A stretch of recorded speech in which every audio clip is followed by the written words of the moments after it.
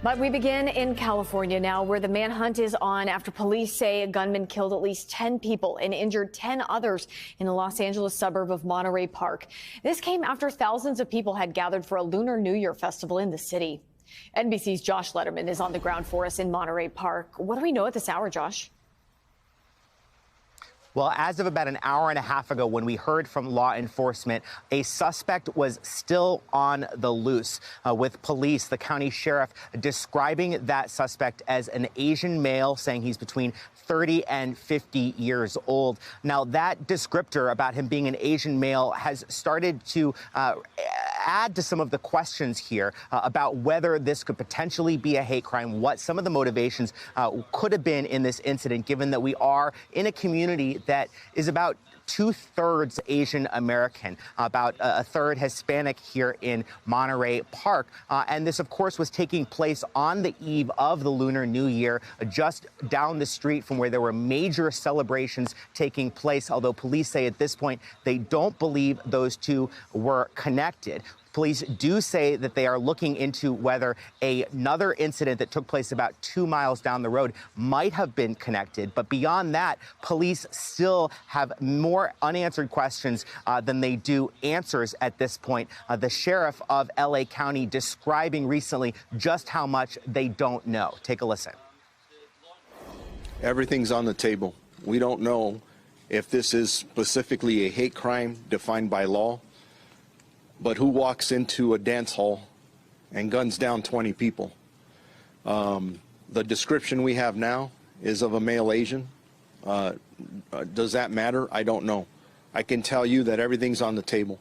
Our detectives are looking at every possibility with our partners. Age range, somewhere between the age of 30 and 50.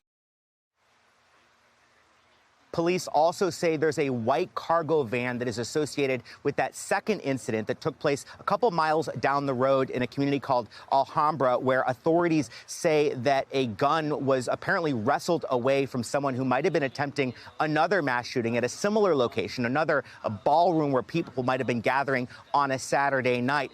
Early this morning, police saying that there were 10 people who were declared dead at the scene of the crime. So far, we haven't heard of any more fatalities, but police are specifying that 5 of the fallen were men, 5 of them were women. There are also another 10 who were transported to hospitals with injuries, including 4 who were transferred, we have just learned, to Los Angeles County USC Medical Center, a level 1 trauma center where security is tight as police continue to look for this gunman, again, still at this hour on the loose. Lindsay?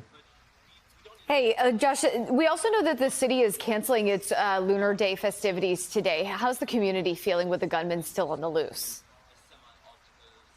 Well, certainly you can tell that this is a community that is on edge. They would have been in the throes of the second day of that 2-day Lunar New Year celebration.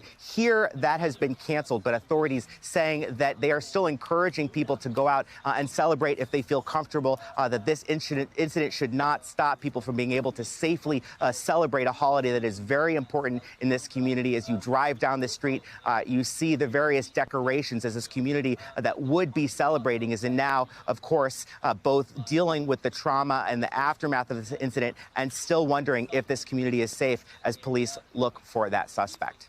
And really quickly, I know you touched on it, and you gave us some details, a little bit about what authorities know about what happened in that second incident in Alhambra, not too far away from the first incident. Authorities obviously reluctant to connect the two. What else can you tell us about that incident? Do you have any idea if authorities have any suspect information in that incident?